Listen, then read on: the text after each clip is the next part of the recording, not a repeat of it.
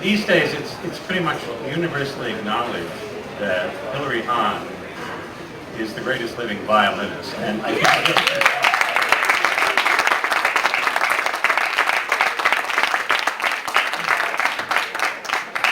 as a matter of fact, there are such a thing as classical Grammy Awards, and they're pretty important, but the most prestigious recording awards in classical music are the ones given out by the Gramophone magazine in London every year. And Hilary is currently the Gramophone magazine's Artist of the Year.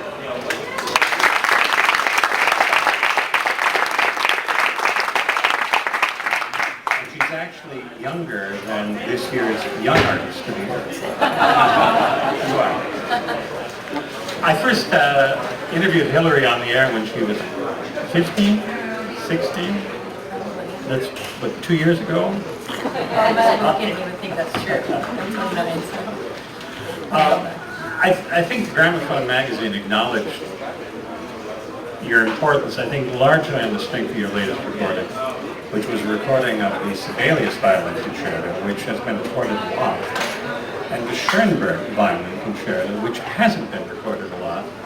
But I think you finally proved it's one of the greatest of all violin concertos, maybe one of the 2 or 3 greatest violin concertos, because you play it as a great romantic piece, which is what it is. Yeah, I have to excuse my voice. It's a good thing I'm not a singer, because when I get a cold, the first thing that goes is my voice. But yeah, with the Schoenberg, I wanted to just play it the way I heard it, which was straightforward as a violin concerto that could be appealing to everyone who listened to it. It takes a certain amount of work to prepare it, because it's challenging, but when you do all of that, then you actually get out to play it. It's extremely satisfying with any piece to go through that process, and the Schoenberg it didn't falter for me any step of the way.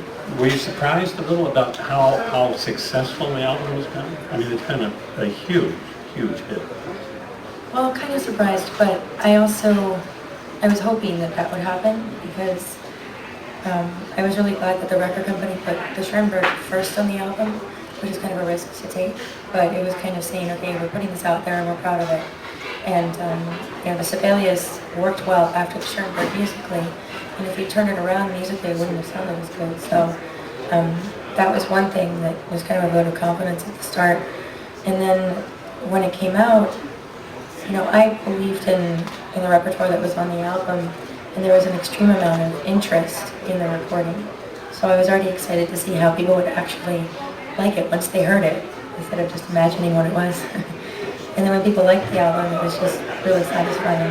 And you've played it a lot in concert, too. I have, yeah. The album was tricky to make, just like the logistical process of that album. It was like a very difficult project, but it had nothing to do with the music.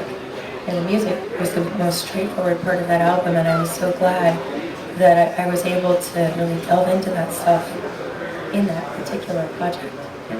Well, it's gotten universal rave reviews, including from 2 very tough critics, Ronald and Larry Schoenberg, who are the composer's sons, who are here tonight. And maybe they would like to come up and... Yeah,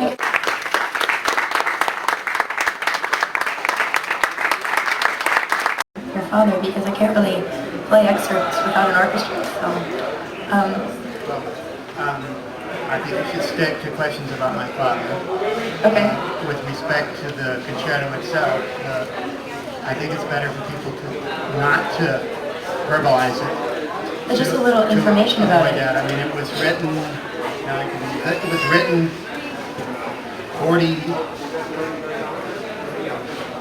40 years before the first Apple computer was ever made. So it's not a new work. It was written in the 30s. And we were talking yesterday that we were talking about where it was written. It was written here in 5 miles from here in Los Angeles. We grew up on the infamous street Rockingham, which was not such a great place to live at that time, because it was really we were in the outskirts of the city of Los Angeles. But it was written there, it was finished there in Los Angeles. It wasn't performed until 4 years after it was completed in 1940. I think was the first performance, and people may never have heard it until just recently. And I say that because I've listened to a lot of the most of the recordings, and I don't think, I think what you've done is given people an opportunity, and maybe now for the first time to really hear it. I think maybe it was thought to be, and it was projected as something very difficult, and when heard it as something very difficult. There are a few other works of Father that are like that, and I think this is the first time that it's performed as not something difficult, and heard as not something difficult. Yeah, something is difficult until it's not anymore, usually. But yeah, with that piece I had to spend some time on it, but once I spent the time it just became second nature. And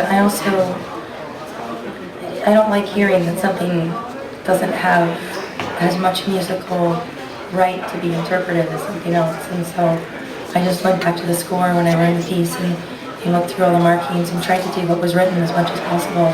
And that in itself was different from the recordings that I'd heard. So I was curious how people would like it. Yeah, he was really explicit on how he wanted his works performed, and that's the notes that he wrote. He wasn't afraid to say that. He was not so enamored with the analysis, the musical analysis of the... I'm not either. Some people did. So the musicologists, they looked at that time. I have one final question, and that's, what do you hear of your father in the music? Like, from a human perspective, what traits come through? I know what he did say, and I hear it. He said, and he always encouraged people to listen to his early works, and if they have trouble with his later works, and they'll be able to encounter his later works if they listen to his earlier works, because as he said, he's always composing the same. So I said there's some works that through the recordings I think you do almost a disservice for the listener, at least or for me. He was kind of a fun-loving guy, right? Like he liked birthday parties, kind of. Like birthday parties, Okay. It's He had a sense of humor. It's totally incongruous with the image that has been projected, but that's, I guess that happens all the time. It just happens to be that I know that these sort of cliches are just most of the things about him are just absurd. And I suppose I perpetuate things about other people in the same way when I read things and say, oh yeah,